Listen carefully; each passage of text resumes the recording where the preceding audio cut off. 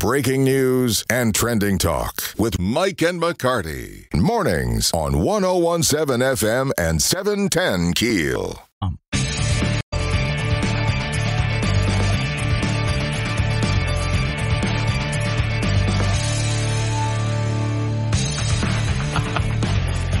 .101.7 FM, 710 KEEL. All right, Ruben, fingers crossed. Of course, Erin out. She went on a cruise, and then she got on an airplane.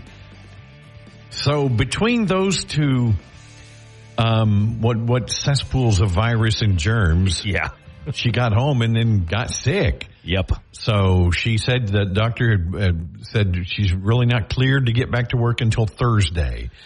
So, ooh boy, I don't, I'm trying to think, no, it's not a ploy to get a couple of days rest after your vacation. Right, a vacation from your vacation. Because when you go out of town, you got to take a day. Yeah. Just to recharge. It's exhausting. It's exhausting. No, she's not doing it. She's feeling better though. She will be back on Thursday. I had vacation already scheduled for Thursday and Friday. So when she's back, you'll be gone. I'll be gone. Yeah.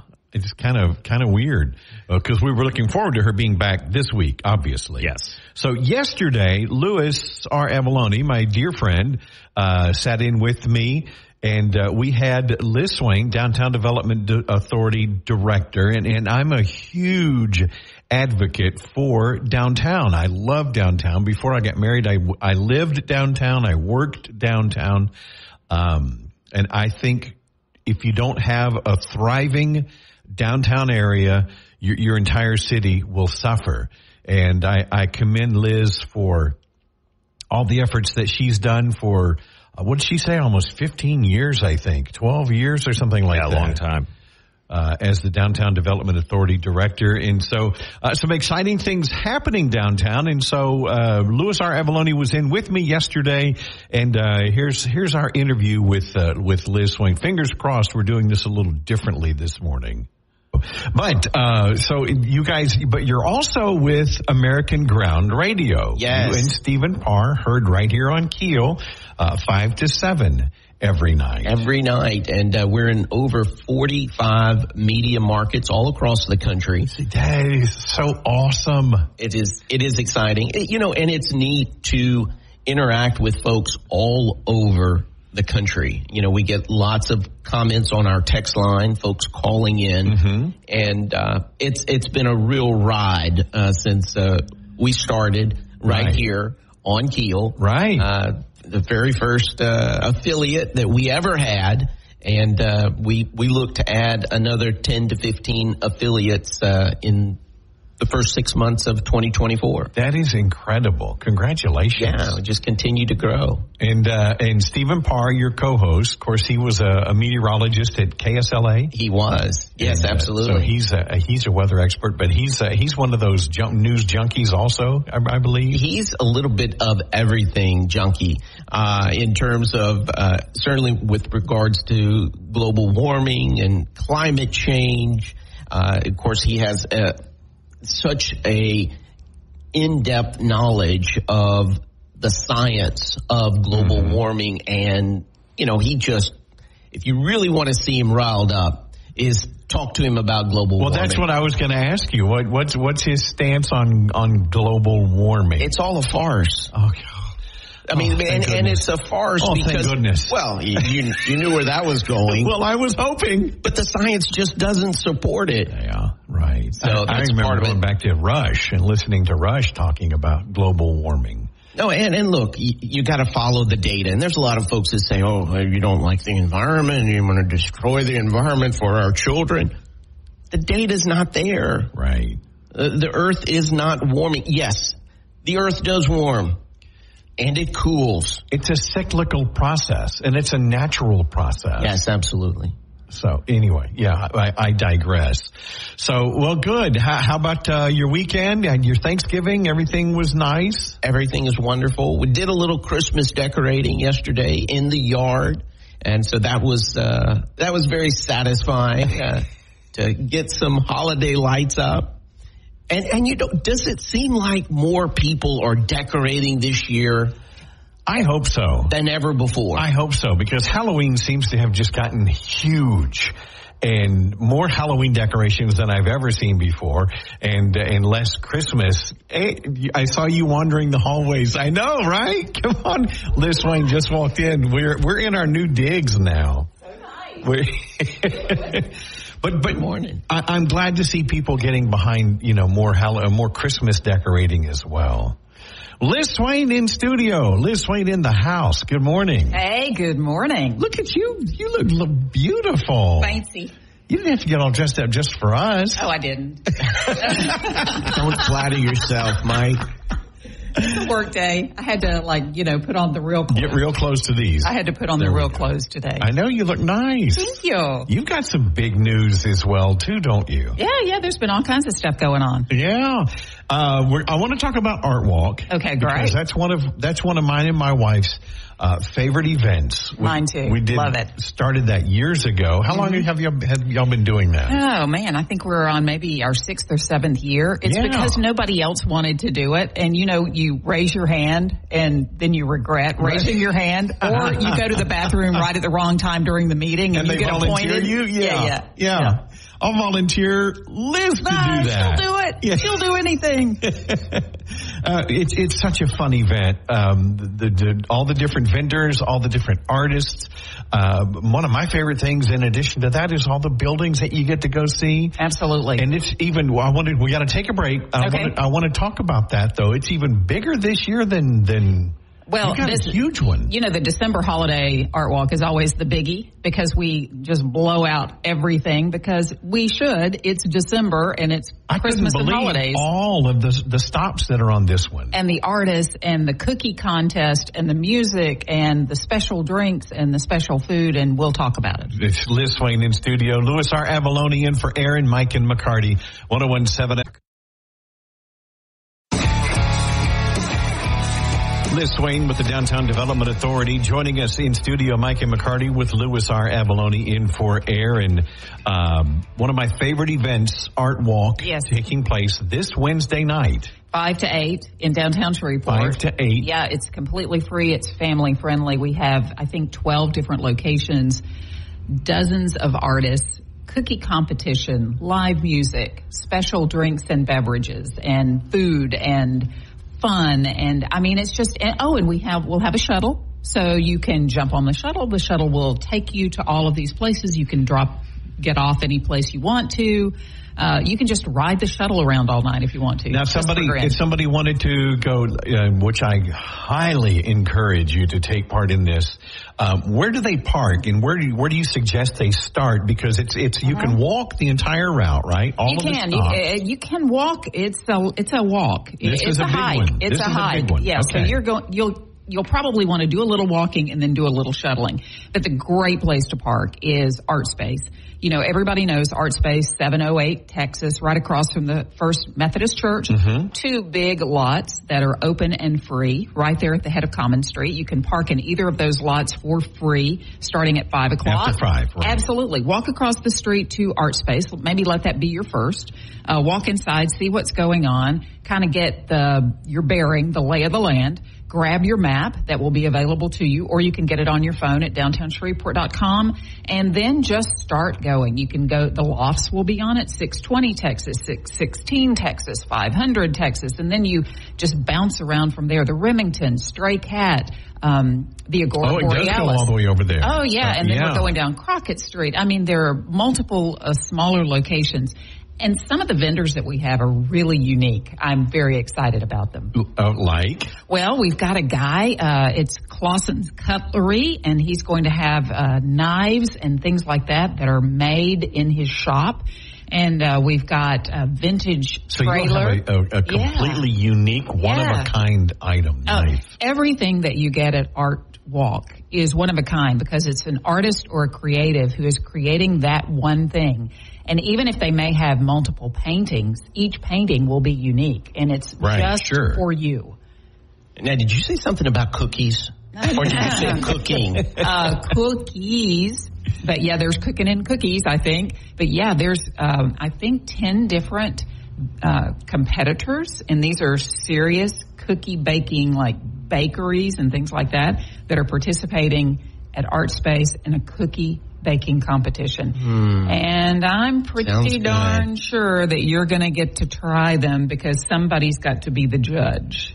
And I think that that's the public. Now, one of my favorite things about Art Walk is the fact that you can get to go inside some of these buildings that you normally wouldn't be able to go inside, or you could. But you're driving. You're in your car. What are you doing in here? You're in your car. You're driving by. You look at a building. You go, my gosh, that's a gorgeous old building, but you just really don't have a reason to go in it. Exactly. So the Lofts building, which is the old Sears Feebleman's department store built in the early 1900s, that one will be open. The Remington Hotel, you might not ever have the opportunity or the desire to go in a hotel. You might not be staying there. That is it's incredible. Love the beautiful. Remington. That lobby is gorgeous. And the Agora Borealis, which is this, it used to be, I think it was Ships Radio back in the day on Lake Street. It's been created into this arts marketplace that has more than 100 different local and that's regional a cool vendors. Building just in itself. Oh, yeah, so very neat. So you get a chance to experience what people have done in these historic buildings in rehabbing them and bringing them back to life. And it's truly remarkable. It really is. Now, in addition to Art Walk, there's some holiday other things going on. Tell me about what else is happening in Shreveport. Oh, so we've got so many other things going on downtown. And, December really is the month that we let it all go crazy. The Shreveport Regional Arts Council, which is our huge partner in downtown projects, they are doing things every weekend, either at ArtSpace or Caddo Common Park. One is called A Very Tuba Christmas that's coming up in a couple of weeks. We've got a silent disco dance that they're going to be doing,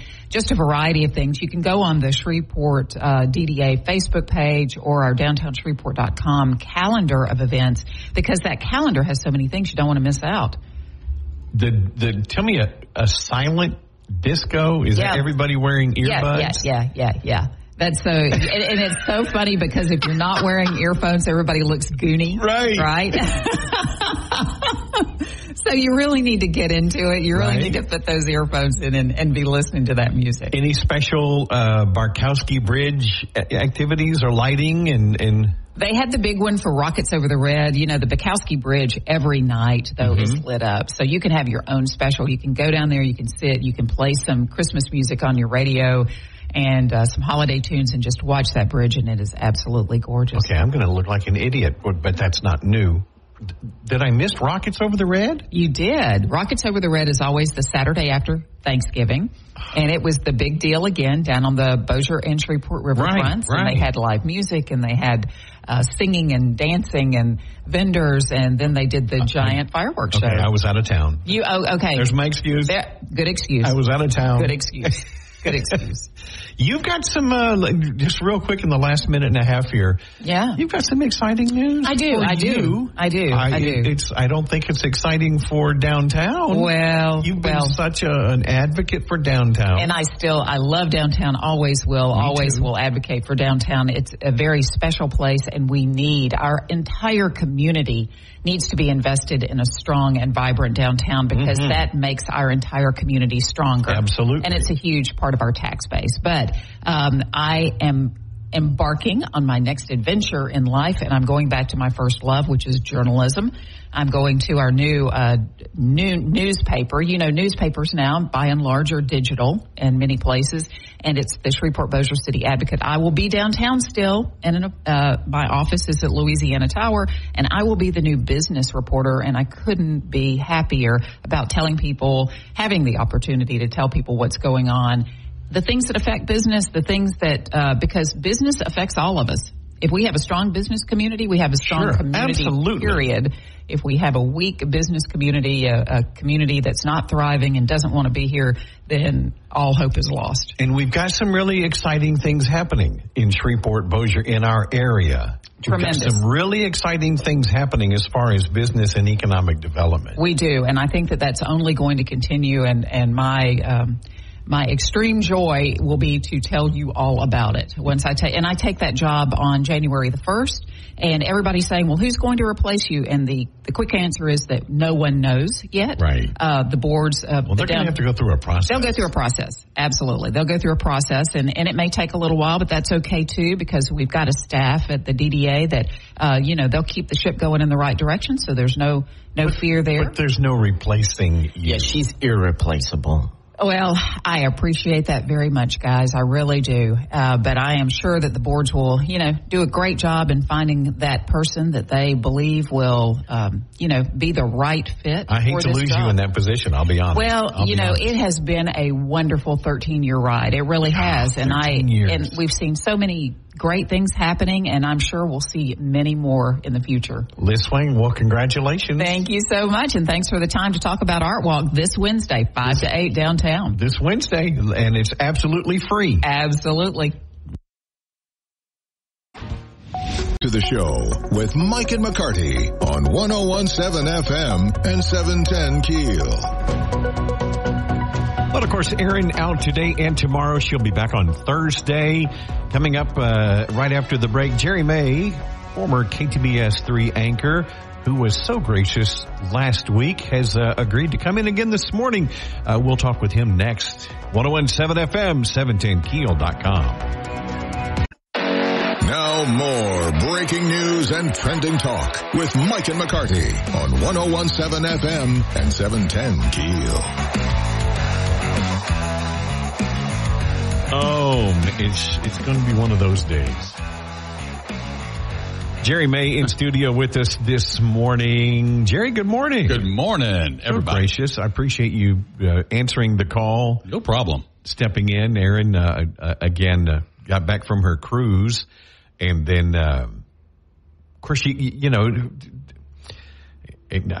don't know. I think a cruise would be fun, but it's like you're locked in with all these, and if somebody's sick, then it's going to just spread. I guess it can happen. You know what? We took a cruise right after the reopening, and had to wear masks everywhere and all that. Like that did any good. Thank you.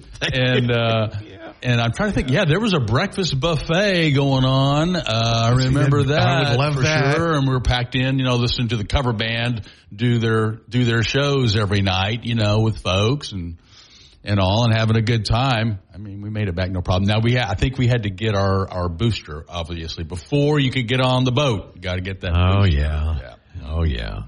Well, I'm interested to see what kind of cruise she went on.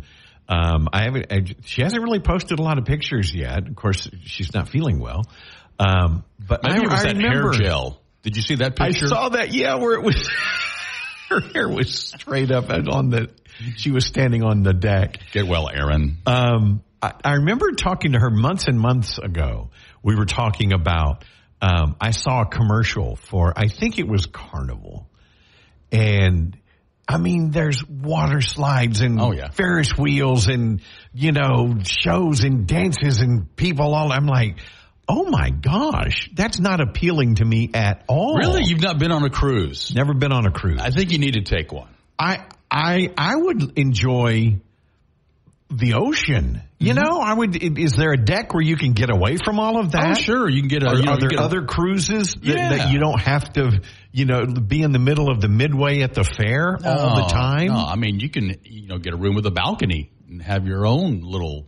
Well, I don't live in Erin's world. I'm I'd be in steerage, and just hoping to have a portal. No, I think you need to do it. We just do it because our friends said, oh, you got to go on a cruise. You got to go on a cruise. So we finally did for our 35th anniversary a couple of years ago and enjoyed it. Here's my issue, my main issue. Not even that, because obviously you get on an airplane and those are also considered, just tubes of disinfectant. Sealed up. But for me, the big issue would be motion sickness. That's I get bad motion sickness. They have, what do they call them? The boats they deploy a little drag, I guess you would call it, to kind of keep the boat steady. Right. And you're just cruising, man. You're not rocking really. Now I've seen some videos where obviously terrible waves might hit a ship, but that's not good. But yeah, I've watched the Poseidon Adventure. Book you a little 5-day cruise and see how you like it. I think I would enjoy it. Yeah. You know, I think with the combination of the patch that goes behind the ear, you know, and enough Dramamine and, you know, Jack and Coke and Jameson, I could probably make it through. I don't think you'll notice any motion. I really don't. Okay. But the boat has to be big enough, right?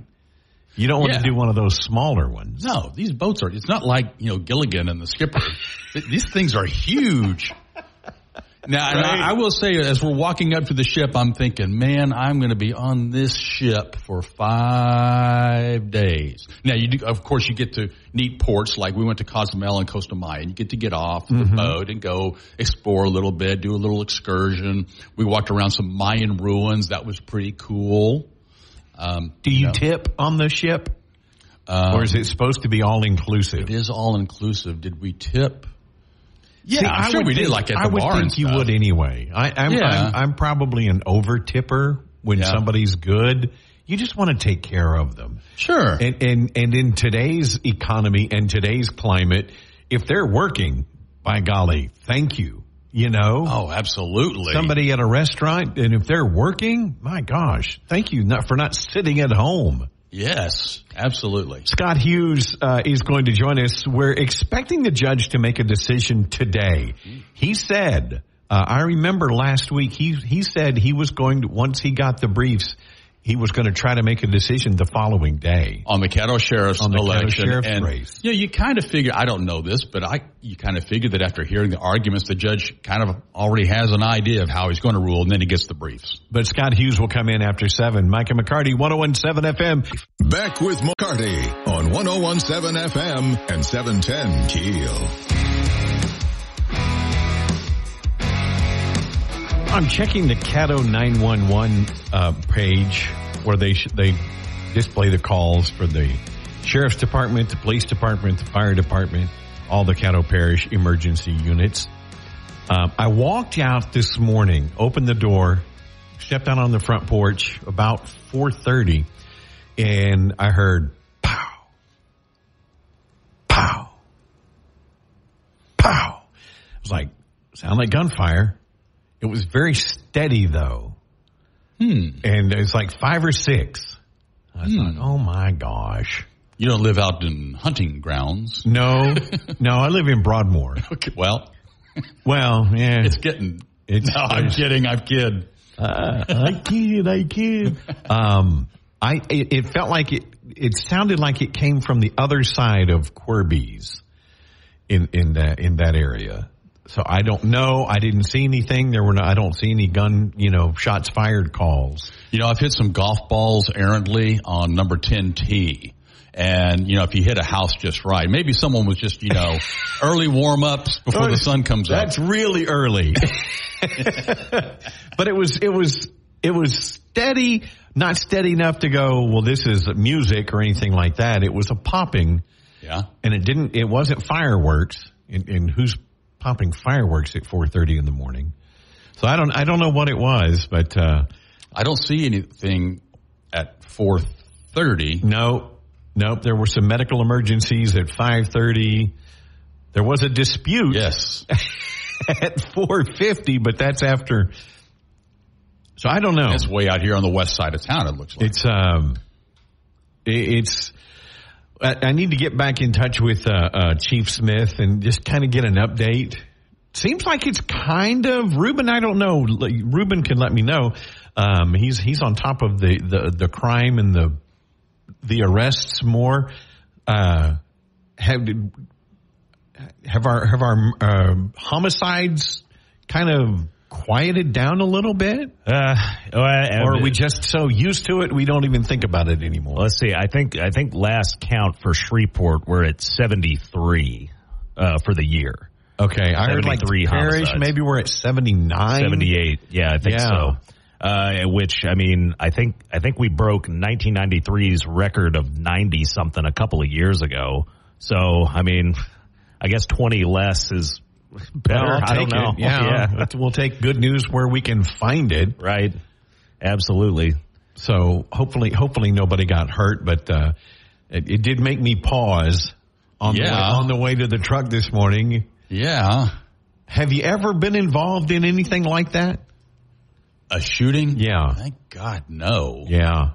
My daughter and I were leaving a movie one night at Tinseltown. All right. When that took place. Oh, man. Popping, we were like, oh, my God. Nothing like ducking between cars trying to protect your daughter. When I was living in Highland years ago, gunshots weren't that unusual to hear. And I was over at a buddy of mine's house at his little duplex, and we were just chilling, playing guitar, having a few beers, and all of a sudden we hear automatic gunfire right outside. Yeah. And we just kind of pressed ourselves up against the couch we were sitting on, and we could hear the bullets pinging off of his brick front steps. Are you serious? Ooh.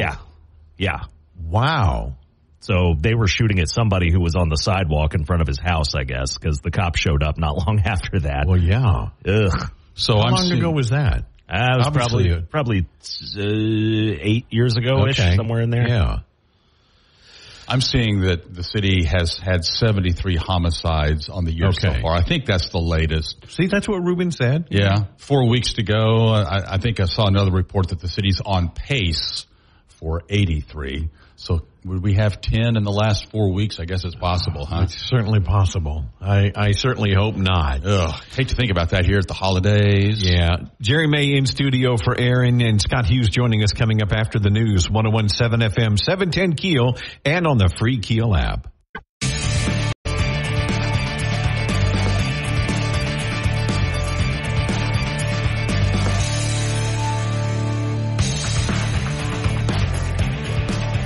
.101.7 FM, 710 KEEL. Mike and McCarty. Aaron under the weather, which is ironic. Seems such a beautiful day. She'll be back on Thursday. She's been cleared by the doctor to come back on Thursday. Jerry May from KTBS 3, former anchor, in studio with us in for Aaron. Jerry, good morning. Scott Hughes coming in this morning to discuss the judge. The judge, now, I thought I remembered last week that he was going to rule within 24 hours of getting the briefs, but I couldn't remember where I heard that.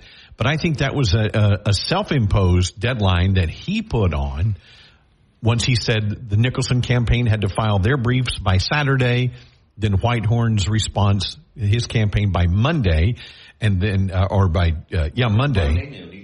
Today's Monday noon, so today's Tuesday. He's on the other mic there, Ruby. There we go. Yes, Sunday noon was for Nicholson. Monday noon was for Whitehorn. And I don't know if the judge has a deadline. I think most people assume in these cases they generally shoot for 24 hours. And then they kind of give the attorneys.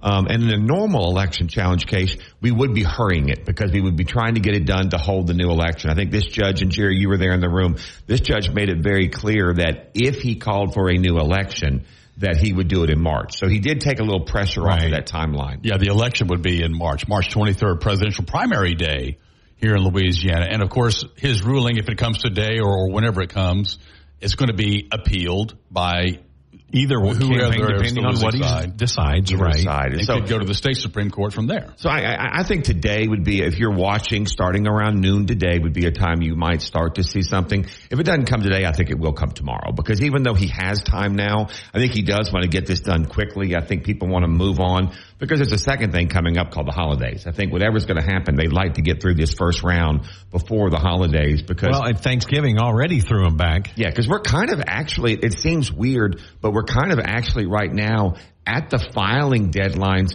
for the March election. If you go look at that March election and back up for propositions and things, this is the time you'd be filing is the November-December window. So whatever's going to be on that ballot, there's still a timeline to even get it on that ballot. A lot of people obviously think, well, you've got to have a new election. You can't fix the issues, and we've talked about that. We've talked about it last time you were here. But he could, Nicholson was asking for a hand recount, and he could order an in-depth with the eyes on the scanners tightened down hand recount. There are several things he could do, and I think many people have made this comment, and I'll join them. We got to be careful. We don't want to pre-assume a judge. I think. Oh, absolutely. I'm actually, in full disclosure, I'm in the camp that I believe this case leans more toward Nicholson in terms of the judge more than likely needs to call a new election to cure what is wrong. Now, that said, I'm not an attorney. I'm not an elections commissioner. So I could be wrong. The other two choices he really has, there's three big choices he has. He can call for a new election. We've talked about that, and we will. He can certify the winner. If he feels with the facts presented and the law, and we can work through that. Whitehorn's not sitting there quietly. His legal team's made a very strong legal argument, and they have some points of law, maybe some weird points of law, given some rule confusion and some timelines, but they are points of law. And at a certain point, a judge has to look at things that say you must challenge ballots 4 days before the election. That is a law. And so that's going to be something a judge has to work through that's in Nicholson's court. So the judge could decide for Whitehorn. Hold on. I just Jerry, don't get that. You're supposed to basically appeal the election before the votes are even. You're supposed to challenge an absentee ballot, not appeal the election. How do you do that? And that's questionable. I've tried to do some research, and again, I'm not an attorney or a constitutional scholar in the area of elections. The election manual is 390 pages long. It's a huge document. My gut is, over the years, maybe we changed the process. Maybe back when there wasn't as many absentee ballots, they came in and you kind of had to challenge them. I think that challenge rule clearly seems to portend a world where the ballots are collected, and then when they're open, you can go through them before they're open, before the tabs are removed. That's the key. Before the tabs are removed, you could then look at that one and go, oh, Mike Martindale shouldn't have voted here. Oh, Jerry May didn't sign this ballot. You could challenge the ballots. And it's clear. It says 4 days before. But one of the big problems we have here is the two votes, that's probably the central part of this whole case, the two double votes. Those didn't come in till Friday night, the day before the election, hours before the election. Oh. Inside the 4-day window. Big point right there. I don't know how you could even challenge those. But back up where I was just trying to finish real quick, the judge could call for a new election. That's one option. I'm in that camp. I've been there. The judge could certify the election and declare a winner if the judge can declare a winner. Right now, it's Sheriff-elect Whitehorn if the numbers hold. The judge also could split the baby. He could go with the wisdom of Solomon. He could say, there's another way to do this. And I think you were hinting at that, Mike. One of the things the judge might be able to do is say, whoa, before I try to call a new election, is there something else I could do before we get there? And the one big thing, and Nicholson did ask for this. He asked for it in the pre-filings. He asked for it in his brief, was a hand count. And the more I looked at that, I go, that is an option the judge could do. He could order them to hand count. And what he would be hoping for, to be honest, is a different number. He would be hoping that it wouldn't be one. Because if it's one, now we back up and deal with all the other issues, the double ballots, the flaps. Because now maybe he can't ascertain with one vote. But if they hand count and one person gets ahead by 10, we'll go there. Well, now you get back to the other ballots. We could argue those, get below 10, and he could declare a winner. So there's a possibility he orders this hand count and hopes that there's a different number. And maybe a hand recount might clear up one complaint from Nicholson. He claims that some ballots without signatures were counted and others were not. I don't think it can clear that, because all a hand count can do is take the 7,800 pieces of paper that are anonymous.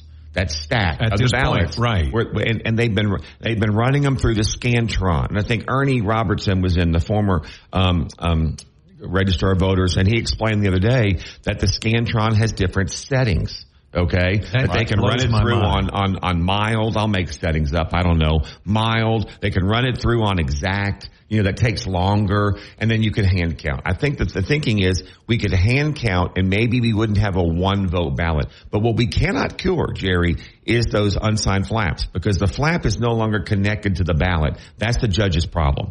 And if it remains one vote, I see it. If it remains one vote, now the judge can't decide. Now he has to deal with the other parts of the argument, which are those two votes where they double voted, and those other 5 to 7 or 9 where the flaps where what we said was, look, here's flaps that didn't seem to be correct, and those ballots are in this stack, and we can't pull them out. Therefore, you must order a new election.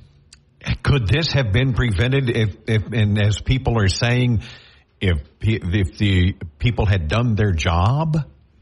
Well, and not let these ballots go through? I want to be careful and say not done the job. It's a hard job. It's a human error job. I think that's one of the challenges to it. But yes, there seems to be a process issue. I think when you get back to the 4 days, and Jerry, I think you did the research on that. I did the research on that. That's the one that intrigues me, because and I'm not an attorney again, but if we start going through the legal argument, there's different levels of this legal argument. The judge looks at Whitehorn's argument, and they argued the 4 days.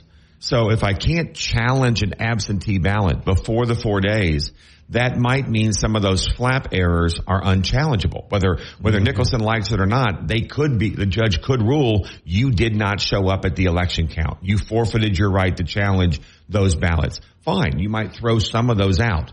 The issue that these two ballots clearly came in on Friday night after the 4-day window, the judge is going to have a problem there. He may have to consider that. But you always get back to right now in this case, what you can't get around are the two votes. The two people that double voted, because that by itself, 4 votes. There's 4 votes in there, and that's the one that I think that Whitehorn's team has the hardest time overcoming. And they made an argument to overcome it when you read the brief. What they basically said was, well, Nicholson's team didn't prove that those votes would have made a difference. They didn't even prove those people voted for sheriff.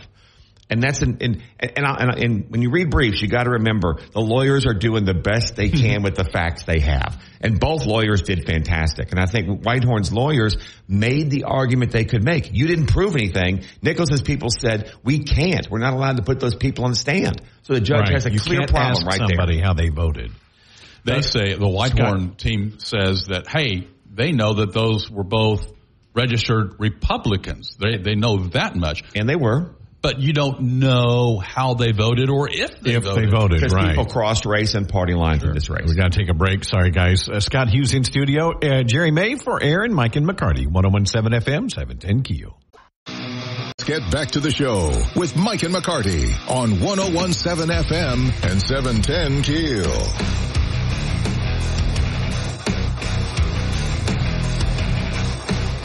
Scott Hughes in studio and talking about the Caddo Parish Sheriff's race. Jerry May in for Aaron. Scott, okay, we've gone over what has happened. We're waiting on the judge's decision. A lot of people expect it today by noon or could around today, noon. probably definitely by tomorrow.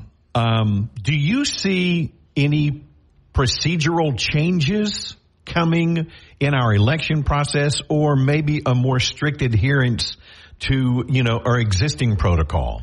Well, I'll say 2 things in that regard. Number one, in Caddo.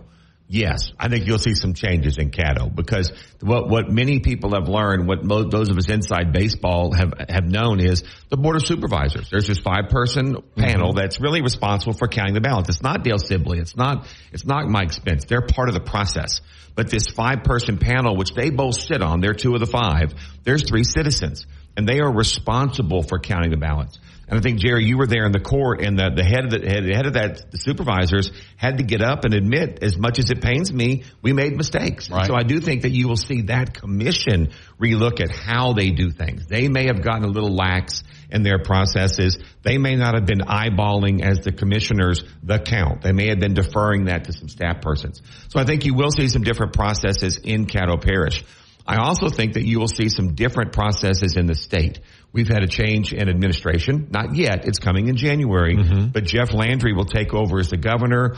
I think you will see the legislature look at elections, not because of this Caddo sheriff's race, because of a larger conversation that's been going on. Our Secretary of State did not run for re-election because of election machines and integrity questions. And for the record, Louisiana is ranked in the top 5, the top 10 states with election integrity.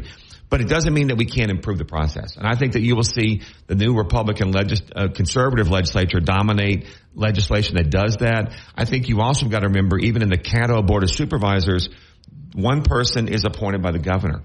So that current chair lady is very likely going to be replaced by someone that Jeff Landry appoints. And so, and that will happen in all 66, 68 parishes across Louisiana. Something interesting in the Whitehorn brief, his attorneys say that if the judge were to overturn this last election, it would create tension among voters and diminish confidence in the integrity of the election process. Boy, I think we've got a good head start on that already, don't we? It was interesting. I did find a lot of the Whitehorn language, particularly in the summation paragraphs. I use the word aspirational just because I like, but it wasn't legal. It was more, if you do this, you're going to cause problems in our community. Right. There was no fact of legal law there. He's setting up division. And I think he's setting up, and I think it's intentional. But again, I want to be fair. The job of the attorneys is to present the best argument they can. And I think at the end of the day, even though Whitehorn is the defendant, he's a defendant de facto in reality. It's the Secretary of State in the process. That's really the defendant. He's a named defendant. His attorneys, and he's got a very good attorney. Grace Sexton, he's a former ethics lawyer, was the lawyer for the ethics board down in Baton Rouge. This guy knows state law. He's been around a long time. They made the best argument they could make. And I think now it's in the judge's hands. And I'll go back to what I said a second ago.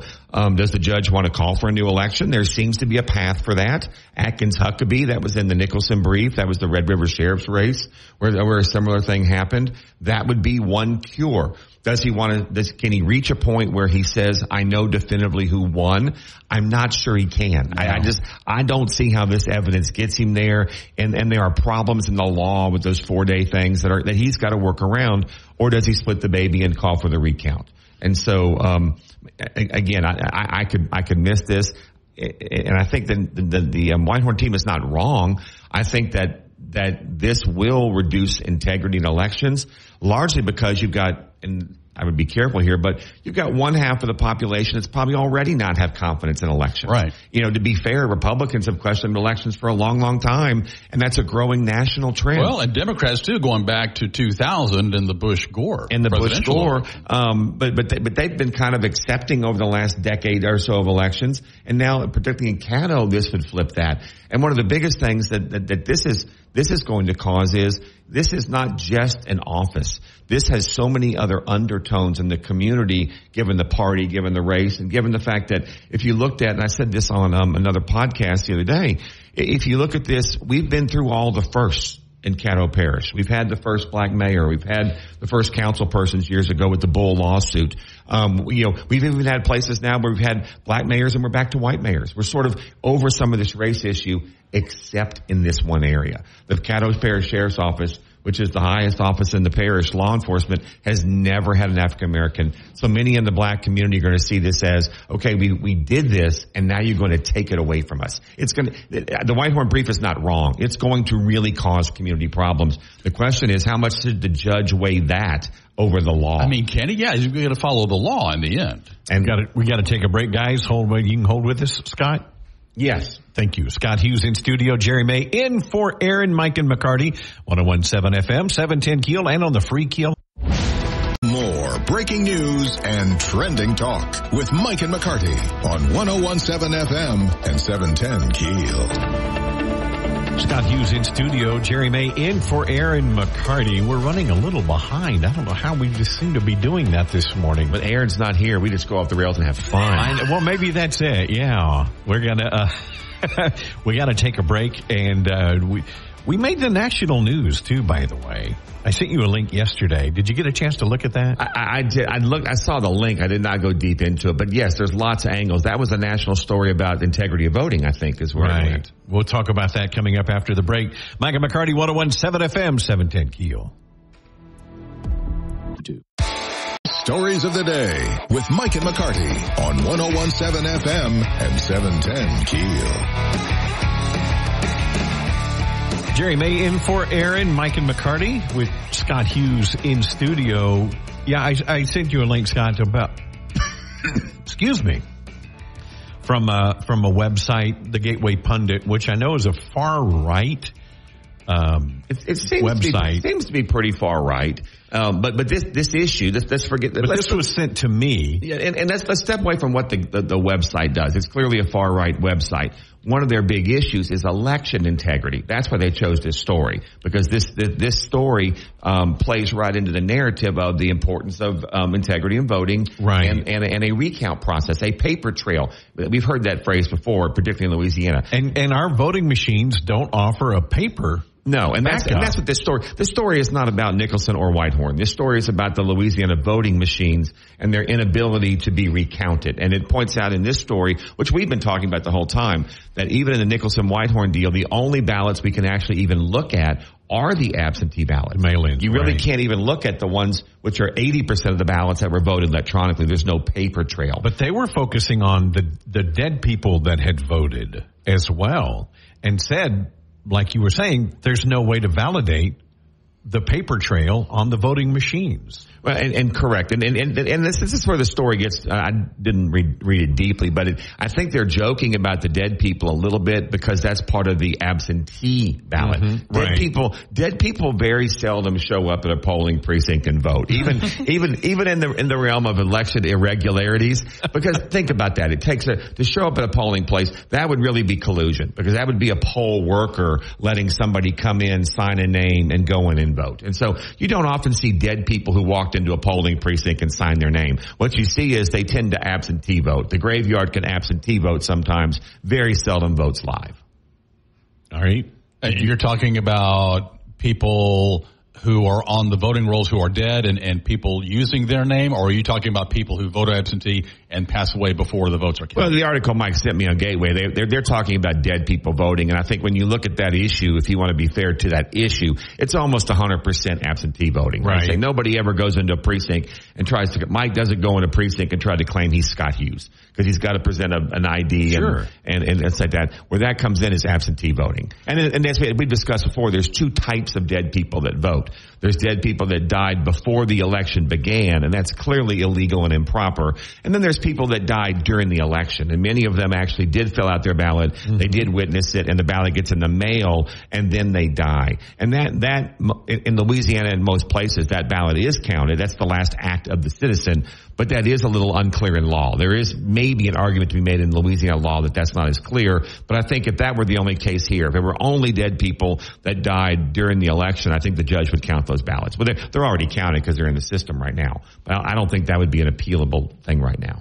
Is this how do you feel about the ballot harvesting issue? Ballot harvesting is an interesting topic. I'm going to say this. I don't know in Caddo Parish how much ballot harvesting goes on. So I want to be careful not to not accuse anyone of anything. So when you ask about ballot harvesting, what is ballot harvesting? Ballot harvesting is when somebody goes out and purposely tries to find people that may not vote or may not vote a lot. And so you see it a lot sometimes in nursing homes, because to be honest, you go to a nursing home, you have just floors of people sitting there that they're very easy to get together and to try and vote. Sometimes it's called canvassing. We're going to go door to door. We're going to knock on your door. We're going to ask you if you've early voted. We're going to help you early vote. And I think they have ballots with them? Typically what you're trying to do is help them absentee ballot. You're trying to help them find their absentee ballot. Again, I'm not an expert in ballot harvesting, and I've never been on the side that does it. I'll say that. I'm on the side that looks at it and says, was it done? And I think if you're doing that, you're just trying to help. I think that would be your argument if you're doing it. We're just trying to help, you vote. Miss Sue vote. Mr. Bill vote. Right. And at the end of the day, that is what comes up in some of the challenges. And I'm not alleging that there was ballot harvesting. But look at some of the challenges we have in this election. They didn't sign their name. You have one witness that signed for more than one ballot. That's why they have the witness rule. I was just going to ask, if the law is you can only witness one ballot, that would seem to, discourage that sort of ballot harvesting. That's an anti-ballot harvesting good government rule to let you. Some people go, well, I should witness 3 or 4. My parents, I'm a keeper of somebody. I help somebody. The whole rule, the reason that was put in was to make it more difficult to harvest ballots. Right. I had a message last week on the Shreveport Security Systems message board that asked the question, and I thought that was interesting. And Scott, what do you think? Does absentee and mail-in voting generally favor one party or another? I will say it can be evenly split. Historically, absentee balloting heavily favored Republicans. Okay? Because if you go back a decade or two, I'll use my personal example. My father was a colonel in the Air Force. We lived abroad. It used to be the only people that got absentee ballots were military people, foreign service folks living abroad, people at college, people who were out of the parish, out of the county. And that tended to be conservative folks. Then as more and more people started to do it, then you get into the next wave where we started to open it up a little bit, and it was people that traveled. It was people that would be out of the town on that day. So again, that tended to be more conservative, tended to be more Republican in most parts. Now that we have basically early voting, not absentee, but early voting where anyone can go, that depends on the election. And I'll give you an example. I think early voting clearly helped Jeff Landry last cycle. I think Republicans went out. They voted early. They went to the library. They went to the courthouse. They did mail-in ballots. Ernie Robertson was on earlier this week, and he talked about he was the godfather of the 65 and over voting. Right. And so if you're mailing ballots to people over 65, let's forget party on that one. Older people tend to be conservative. So just so you determine where that may help a candidate or not, just sending a ballot to everyone over 65. And so that tends to favor one side. But early voting now has also allowed mobilization, not ballot harvesting, mobilization. I can put an effort out for 7 days, particularly on 2 Saturdays, and I can drive around streets and pick people up. I can take them down to the voter pools. I can really get my vote out. We're in a radio studio. I can do radio remotes. You know, this building does those. I can do a radio remote live at, go vote. Not necessarily at the polling precinct, talking to voters, but just, around town, please get out and vote. Facebook Live and all of that. Facebook Live, social media. So I do think you saw, for example, this election cycle, that can have an impact in terms of who goes and votes. And let's be fair, one thing in this election that Whitehorn's people did correctly is they got their voters to the polls. So they did get a lot of early votes. And when we opened that box on election night, Whitehorn had about 1,000 vote lead. So he definitely did well in the early voting. But it seems like, and even on a national level, it seems like elections are now swung one way or another through absentee or mail-in votes. And I don't trust that. Well, it doesn't favor the Republicans anymore. Well, and I would argue that's why you don't trust it, because it doesn't favor the Republicans. And many would say it levels the playing field. It's an opportunity for both sides. The issue is many Republican voters prefer to go in person, which, according to the Gateway Pundit story you just showed me, is the least integrity way to vote. Okay, the early voting actually is an integrity system. We know who voted. We can look at those things. What we can't check is the in-person live voting. Outside, you're required to present an ID. I think the fear is that early voting can be harvested. To go back to your other term, right. It presents opportunities to do massive amount of ballots. But if you do the research, there's actually, the last I checked, there's 8 states in this country, 8 states that mail a ballot to every person. Most of them are out west, but there's 8 states where everybody gets mailed a ballot, and everyone has a chance to return it by mail, and then you can still go vote in person. Can you boil this down to what is John Nicholson's biggest hurdle in his appeal to the judges? Is it the 4-day rule, or what is his biggest problem? I think his biggest problem is judges don't want to call for a new election. I really think that you go back to the Whitehorn language of what this would do to the community. I think judges are human beings. This one does not live in our community, but he's been a judge for a long time. He understands community. He's been a judge in our community ad hoc before. Judges don't like to step in and make the call. If you're a sports fan, I'll use that analogy. How many times does a referee swallow a whistle at the end of the game? Mm-hmm. Referees don't like to blow the whistle in the last second and make the free throw or the field goal happen. A judge is the same way. No judge wants to come in on the last play of the game and blow a whistle, throw a flag, and do it, have it re-over. So that's going to be his challenge. The second thing the judge goes to, which now with Nicholson, I think it's 50-50. One half of the coin is a law issue. Maybe this 4-day is a huge problem for Nicholson. The other half is these 2 ballots and 1 vote. That's the judge's biggest problem. And to be honest, Nicholson's biggest strength is the 1 vote. The 1 vote makes it almost impossible to overlook any problem. Well, hopefully we'll get some sort of an answer within about 4 hours or so. Judge Bleich said he was going to rule within 24 hours, I believe. And we'll stay on top of that. Scott, thank you. Thank you all. Thanks, Scott. 101.7 FM, 710 KEEL, Mike and McCarty. Mike and McCarty on 101.7 FM and 710 KEEL. Real quick, we've just got about a minute on the message board, Shreveport Security Systems message board. If there's a hand recount, wait till there's a 900 vote difference, LOL. Look, I wish there would be. One way or the other. Definitive, one way or the other. It seems like we've been talking about this for months now. Yeah, of course, you can only do a hand recount of the mail-in ballots, which number 7,800, almost 7,800. I hope it's definitive.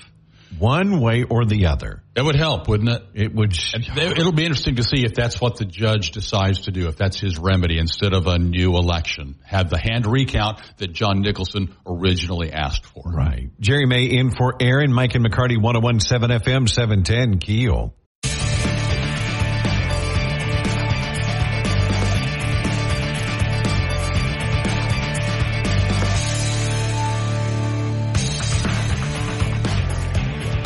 .101.7 FM, 710 KEEL, Mike and McCarty. Erin out today and tomorrow. She will be back on Thursday. Jerry May in studio with us. I said we want to talk about college football, and I do. But let me recap some of these messages on the Shreveport Security Systems message board in reference to our discussion last hour with Scott. And I did make the comment. I said, if there's a hand recount, I hope it's definitive one way or the other. Mm-hmm. And in one of the messages says, Mike, in reference to my previous text about a hand recount, if there was a substantial difference in final votes, it would open a family-sized can of worms regarding confidence in machines, etc. And that's a good point. It is, because they use those scanners to count. They rely on those scanners to count all those absentee and mail-in ballots. And that goes back to what I was saying with Scott in studio. Why do elections seem to swing one way or the other based on mail-in ballots? That just kind of stinks to me. So we really need to tighten up the process. Regardless of whether it goes.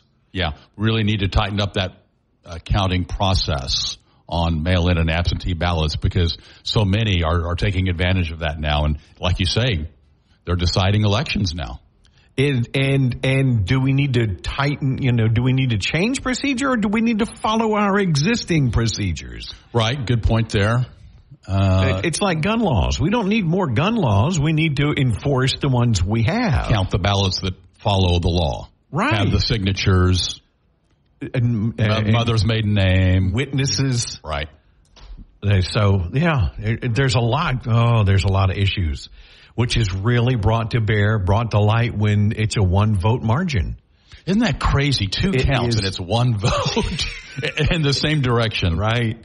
But those were both scanner counts. Mm-hmm. They weren't hand recounts, mm-hmm. which I am interested to see a hand recount. Maybe that's what the judge decides. That'll be interesting to find out. I certainly hope so. Jerry May in studio. Now, anybody that knows you knows you're a TCU man all the way. Love my Frogs. Love college football. I mean, even though it's becoming more and more and more pro football, still love my college football. It's certainly changed, especially the past several years. Yeah, the NIL basically pay to play now. It's all legal. Right. I've made the comment. I wish they'd have had NIL when my daughter was swimming. 6 foot, beautiful blonde swimmer. Yeah, she'd have given Livy Dunn a run for her money. Oh yeah, she could be an influencer. I don't know that I would want that. Just she didn't get a full ride. Really? Even she was the number 2 recruit in the country, but. So she still has, student loan debt. Oh wow! I would have thought through Title IX she would have had a full ride. She had a good deal. Okay, but it wasn't a full ride. Okay. So anyway, but I digress. But it has changed the complexion of college athletics, because in the old days even going back to Cam Newton at Auburn, it was like everybody knew boosters bought him cars. Oh, it's been going on for years. It's been going on forever. Yeah, sure. Now it's all just legal. And the biggest schools with the most money, they're going to be, they're going to be dominating the rankings and the playoffs. And the smaller schools, sorry, it's going to be very tough. Right. So it'll be interesting to see, and also the player portal. Oh yeah. You don't have to sit out a year of your eligibility anymore. Get one free transfer. You get it, yeah. Mm-hmm. You can transfer. If you graduate, then you can transfer again. Play one more year. Be a graduate transfer. That's just crazy. Yeah. So Heisman this Saturday? Yeah. Isn't it this Saturday? Weekend. Is it Saturday or Sunday? I think it's Saturday night. Okay. Jaden Daniels. You would think. Yeah. I mean, especially after the Oregon quarterback, they did so poorly. And Jaden just, oh my gosh. Yeah. And I'll be honest, last year, I wasn't a huge Jaden Daniels fan. There he is. I wasn't a huge fan. Quarterbacks are that way. I mean, my gosh. They get to their senior year and the light bulb comes on and it all clicks. You could say the same thing with Joe Burrow. Mm-hmm. He didn't light up the room in, his junior year. Right. It wasn't until his senior year. Right. So it'll and I'm excited for the Independence Bowl. Yes. Texas Tech and Cal. Yeah, we've got hopefully a lot of visitors from Texas coming in to root on the Red Raiders. Now what's your take on these playoffs? We got FSU very upset. A lot of fans upset. A lot of people mad, but the college playoff setup, how do you change it? I mean, do you add more teams? Yeah, next year they'll have 12 teams. So we'll get to argue about the 13th team that's left out. But it's going from 4 to 12. Yeah, so if there was ever a year where we really needed expanded playoff, it's this year, obviously. But, Mike, I think they got it right. I'm sorry, Florida State's just not as good with their backup quarterbacks. Their best backup is the guy they have at Wildcat. Yeah. So I'm sorry, and it's tough. They win every game. They lose their quarterback. And I'm sorry, the eyeball test with their backup quarterbacks, I'm sorry, they're just not one of the top 4 teams. Yeah, I agree. It'll be interesting. And I'm excited for LSU and Saturday night. I don't know how, but then again, I don't want to second guess. Somebody else could be somebody's darling, but I don't see how Jaden Daniels doesn't win the Heisman, 3rd in LSU history, and I'm excited for the Independence Bowl. Yes, I think that they got a good matchup. It'll be a lot of fun this year. Hey, and by the way, too, Louisiana football fans can have a twofer. You can go watch LSU play their bowl game New Year's Day in Tampa against Wisconsin. The day before New Year's Eve, the Saints play the Buccaneers. Oh, in Florida. So you could just blow out the budget, blow all your Christmas money on a football trip, go to Tampa for New Year's. Speaking of sports, Tim Fletcher next, 101.7 FM, 710 KEEL, Mike and McCarty with... Let's get back to the show with Mike and McCarty on 101.7 FM and 710 KEEL. Okay, what's a promposal? I don't even know what that is. So that's a fancy way of asking your girl to the prom. You make a fancy promposal. Oh, okay. And so this kid out in Chandler, Arizona, sets it up with his principal and the school resource officer. Okay. He's riding with his girlfriend in his car. He's going to run a stop sign on purpose there by the school. The school resource officer is going to stop him, and the resource officer and the principal come out and they hold up a big sign with the kid invite to his girlfriend to the prom. Well, something really bad happened. When he ran that stop sign, he hit another student on a motorcycle. Oh, my God. That student, according to a lawsuit, suffered a traumatic brain injury that he will suffer from for life. And his family is suing the school for $1 million. Oh, that is horrible. Yeah. Really sad, terrible. I mean, but for gee whiz, a principal and a school resource officer to agree to do that. Right. Ooh, let him break the law. run the stop sign. Yeah. And that's in Arizona? Chandler, Arizona. Now, my first thought as a motorcycle rider, I don't know the helmet law in Arizona. He had a helmet on. He did have a helmet on. He had a helmet on. Okay, good. There's video of the officers responding to it. Oh, gosh. Okay. And, not good. Oh, well, that ruined that prom. Yeah, that'll never happen again. That sort of deal, getting to school, getting the principal and the resource officer to buddy up with you. Right. So, yeah, Chandler, Arizona, they're outside Phoenix is where that happened. Well, this is pretty cool. Did not expect. Who walked in? I know. Good morning, Moon Griffon. Just morning. The biggest zero that can walk in just walked in. No. What's going on, guys? Shut up. No, we're just hanging, waiting on Erin to get back.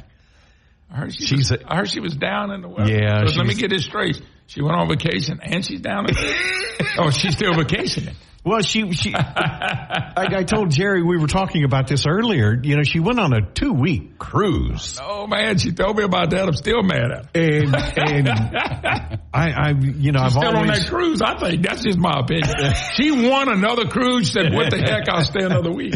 Well, did she make it back since the cruise? Yeah. Oh yeah, she came back. She actually got back last week. But you're on a cruise ship, which is a floating petri dish of virus and infection. Mike still hasn't taken a cruise. I'm trying to tell him he still needs to go. Right, Moon? You been on a cruise? 8 to 10 of them. There you go. I've been on them. I've been in Hawaii. I've been in Alaska twice. That was the by And you didn't get sick? I never got. See, I fly on airplanes, so I'm not trashing them. I'm just saying that's what you hear. That's what you hear. But I think that's kind of overblown. Is it overblown? Yeah. Okay, good. Man, I'm look, glad to know you that. got to realize they've been viruses since man's been here. Well, if you but we say that. And know what happens? COVID has scared the hell out of everybody because they wanted COVID to scare the hell out of you. Because right. Don't get me wrong. Exactly. Come on, Moon. If you just mask up, then all your problems are over. Oh my God! And stay 6 feet apart. I'm not going to tell him what I really think about that. I knew that would get him. Let me tell you something about everything. I'm not a scientist. So I don't know about the vaccine, but the mask was a total. Complete 100% joke, and it's a shame. You walk into I stayed at a hotel last night when I was leaving. I had a lady, she wore a mask and she was in that. And my urgency to say, "Ma'am, why are you wearing that?" Because they just had another study showed that people that wore masks 40% more likely to get an infection. Everything with the mask was wrong and a lot, but let me tell you something. And then Fauci said to double up on them. Yeah, triple up on them. And I tell people, if you wear 4 because I ain't wearing none. And the thing about life is, and people may not agree with this. I don't think if you believe in God, you're not going to go before your time. But let me tell you what, you're not going to save 1 extra second if it's your time. Moon Griffon. I've always believed that. Hang with us here. I want to talk to you coming up. Doing your show here. I should have shut up. Something I'm not used to doing. 101.7 FM 710. Now more breaking news and trending talk with Mike and McCarty on 101.7 FM and 710 KEEL. 101.7 FM, 710 KEEL. It's one of the things I love about this job. You never know who's going to walk in. Years ago, I had, oh my gosh, I just went blank on his name. Oh, crazy, South Louisiana comedian. Justin Wilson. No, it was the other one. Anyway, Paul Prudhomme? No, I'll think of it during the break. But Moon Griffon is in studio, and I want to talk to you about a few things. Stay with us. We're going to take a break. 101.7 FM, 710 KEEL with Jerry Mangan for Aaron. Back with McCarty on 101.7 FM and 710 KEEL. And it was Jerry Clower, by the way. Jerry Clower that I literally ran into him. Oh, son, by the way, when you give somebody a hint, you got to at least name the right state. Well, I know, right? I thought South Louisiana. I did mix up. Sorry, he's from Yazoo, Mississippi. Hey, you just started to sound like you messing up. We're the same age, almost exactly the same age, you and I. So you can relate. We're getting old. I know, son. That's all that be. I'm right there with you. Yeah, by the way, y'all don't hurt in the mornings when you get up at all, do you? I'm not. I'm okay so far. Well, tell you what, knock on wood. Come fishing with me. One day and you fish a whole day, stand up in a boat and wake up the next day. Oh, yeah. Now, you're here in town. What are you doing? We did a sales call this morning. for KEEL. We got another one at lunch today. I'm going to do my program. We got a couple more sales calls. I always try to come help all of our affiliates. And I'm speaking tonight at Republican Women's in Bossier City. They have an annual fundraiser drive, Christmas deal. And don't ask me what I'm going to talk about because I have no clue. But it'll come out. Some kind of way it'll come out. I hope it does anyway. I hope I don't let them down. Now, are tickets available for this? Oh, yeah. It's open to the public. Anybody can come. They're going to be doing it at the Silver Star starting at 5. Oh, there you go. By the way, you get a meal with it. Yeah. You get to come in. It's so much to come in. Meal, it's a fundraiser. And they usually have a few hundred people. It's always a fun crowd. They seem to be... There's some really good people there. They're like awesome people there. I know they've been nice to me, so they got to be pretty good people. They didn't throw me out yet. And you fill in for Dan Bongino quite frequently. Last time I saw you, we filled in 7-8 times, but last time I saw you, I was going meeting. Yeah, you were heading over to Dallas. And you said, look, if you can get a book and signed book, and so I wrote it down because I had 4 or 5 people. Miss Amy asked, but when I got there at the bookstore, it was 1,000 to 1,200 people got in line to get the book. I'm sure. But the bookstore sold a lot of books, and I noticed people had 2 and 3 of them. So really interesting. When I walked in, before I ever saw Dan, somebody spotted me from the Shreveport audience, your audience, my audience, and they came over there and they hollering your name, Moon. And so they came over there and visited with me and said, hey, I just got my book signed with Dan. I said, is Moon come by? Because I had told everybody I was going. And he said, no, but I can't wait to meet him. And he said, he told the guy, he said, the dude said, if I see you, to come straight to see the... Well, anyway, they had all these people around, but right in the middle was wide open. So somebody from Shreveport hollers when they did that, had all these people's heads turned. And I'm thinking, man, so I talked to these folks, and he said, I'm going to go tell this lady so she can walk you through the crowd and get you up.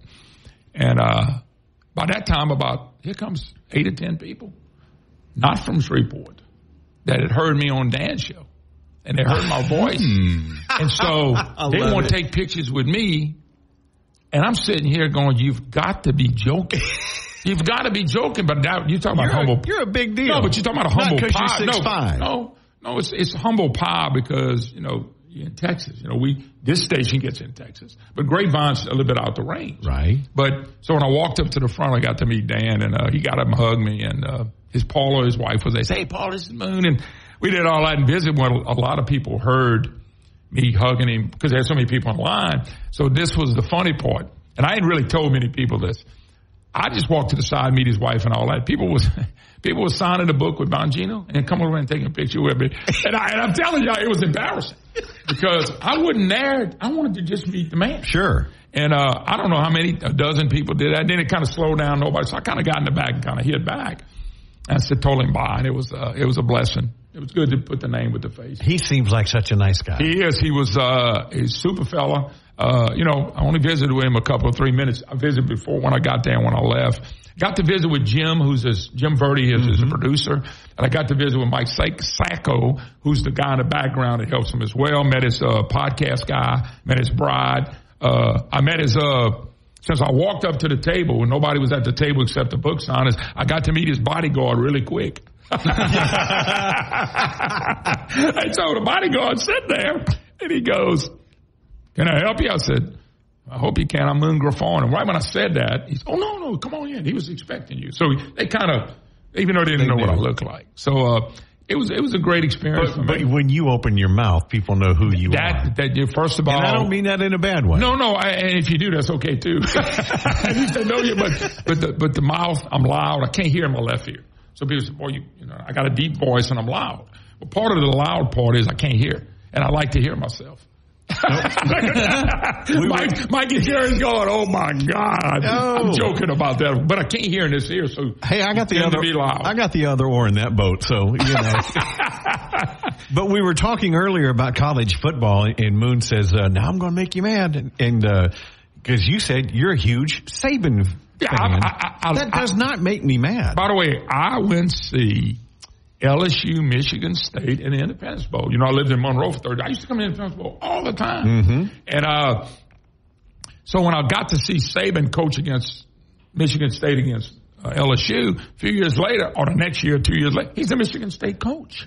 I mean, he's an LSU coach. Right. And when I saw him, I said, man, this guy could really coach. So, and my brother, big college football fan, so he goes to LSU. He takes an LSU team that was under 500, won a national championship, and a lot of people believe who was the funny guy like to eat grass, Les Miles, with a crooked hat. It felt like that team he won was Saban's kid. Sure. Right. You know, back then it wasn't transfer portals and all that guy. You had scholarship players. I guess you could run them off a little bit. That's kind of a underlying deal. But it was Saban's kids. A lot of people think that was Saban, even though it was 3 or 4 years later. And when Saban left LSU, if you're an LSU fan, you hate Saban.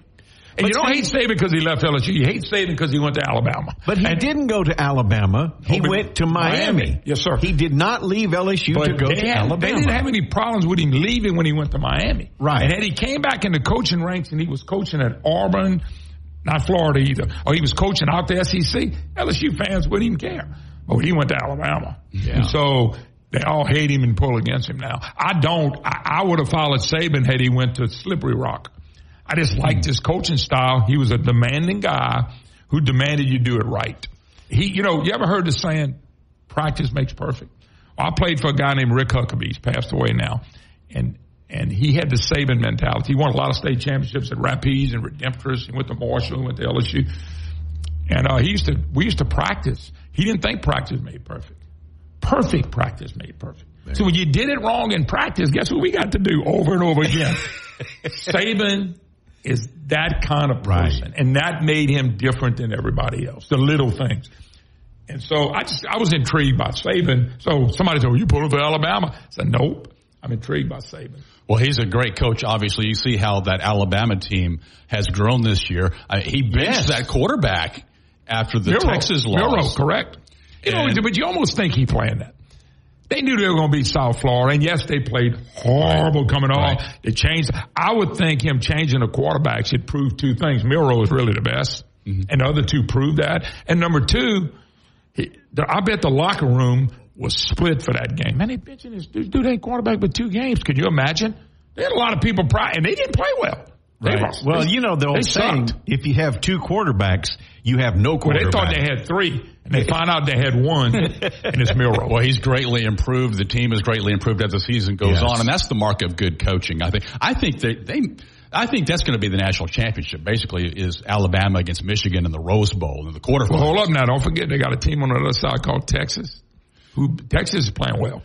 Alabama Texas, let me tell you, you ain't got to like them. You ain't got to like them, but they've played well. Now, everybody don't understand. Their loss was to a number 12 team. Alabama's loss is to the number 3 team. And number 2, if you go look at Texas' schedule, they had some games they squeaked by, too. Oh, yeah. I watched them beat my Frogs by 3 points. Yeah. And my Frogs were not good TCU was horrible this year. No cut on them. They were horrible. No, but you notice when they're doing the select thing, they don't want Alabama in there. Okay, so they talk about how bad, and I heard, so the other day I heard my good friend Matt Moscone, he's a sports guy. He's not up here, but he's all over the South. And Matt, he said, look, this is not going to be an anti-Alabama rant. I was listening to it coming up here. I said, this is going to be an Alabama anti-rant. And it was. And it was about how in October they lost at home to 10 points. Well, Milroe wasn't the same quarterback. Right. You take away the 2 interceptions, they beat them. Right. So then you move on, they almost lose to a bad South Florida team. And that's what I said about Jaden Daniels. Jaden Daniels is not the same quarterback he was last year even. Let me tell you something. When Daniels came on the scene, finished in Alabama. So Alabama had those. They only beat Arkansas by 3. How much did LSU beat Arkansas by?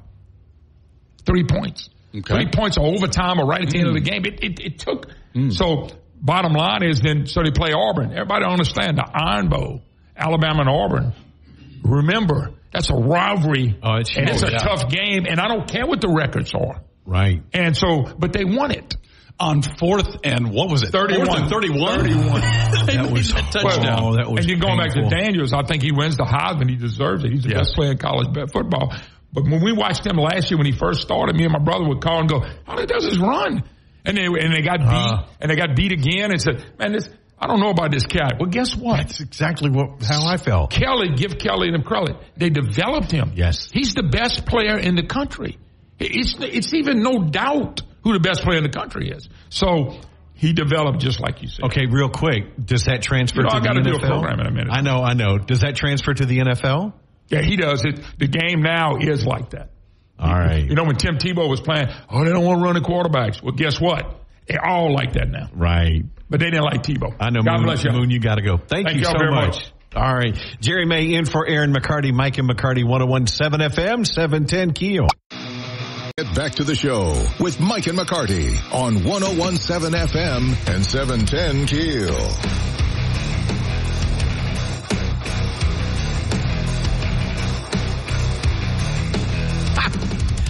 So much fun. Moon, that's almost like Jerry Clower. You invite him in and you don't say anything for 7 or 8 minutes. That was He's going fun. to cover it. Yeah, he fills in for Dan Bongino. That's amazing. And this talk radio, I've been in radio 40 years, but I've never done talk radio. And so it's a completely different animal. And with Aaron and I doing it together and, people like you that are so talented that are come in. Oh, thank you very much. Well, I've been listening to you guys, so I've been learning so from much you. respect for these guys like Rush, like Sean, Moon, Dan Bongino that are solo and can come in and intelligently discuss for 3 hours. I have so much respect for them, and Moon's such a great guy. He's really plugged into in Baton Rouge with the legislature and around the state. Does he do all the work himself? Does he have a staff? Not much. Wow. No, he's got a producer. Alan Seaball is in the house. He's going to be on Moon's show coming up here at 9:00. Well, you got Ruben. I know. I don't want to do it without Ruben. Absolutely. And Aaron. But Ruben's here. Yeah, I'm always here. Yeah. Except when you're not, and I haven't run that new room yet. Oh yeah, that's going to be a fun one. So you can't take vacation anytime soon. All right, I'm banned from vacations. I definitely can't take a 2-week vacation and then get sick for another week. That's for sure. Well, there's a story there anyway. So Aaron, get well if Absolutely. you're listening. Oh yeah, everybody's asking, where's Aaron? She's under the weather. Came back from her cruise and got sick, which kind of goes into my theory, but maybe pneumonia's different. So she got it after she got back, not while she was. I don't know. Cruising. Yeah. I don't know. I haven't really talked to her because she's been, I don't want to bother her. Somebody's asleep. Last thing you want to do is call them, wake them up and go, how you feeling? Well, she's definitely not shy about calling anybody at 6 o'clock in the morning. That's true. Or 5 in the morning. Yeah. That's true. Jerry, thank you. Hey, I appreciate the opportunity. I've had fun. Always, again, I'll be calling again. Okay, why not? Lewis will be joining me tomorrow, 101.7 FM, 710 KEEL, Mike and McCarty.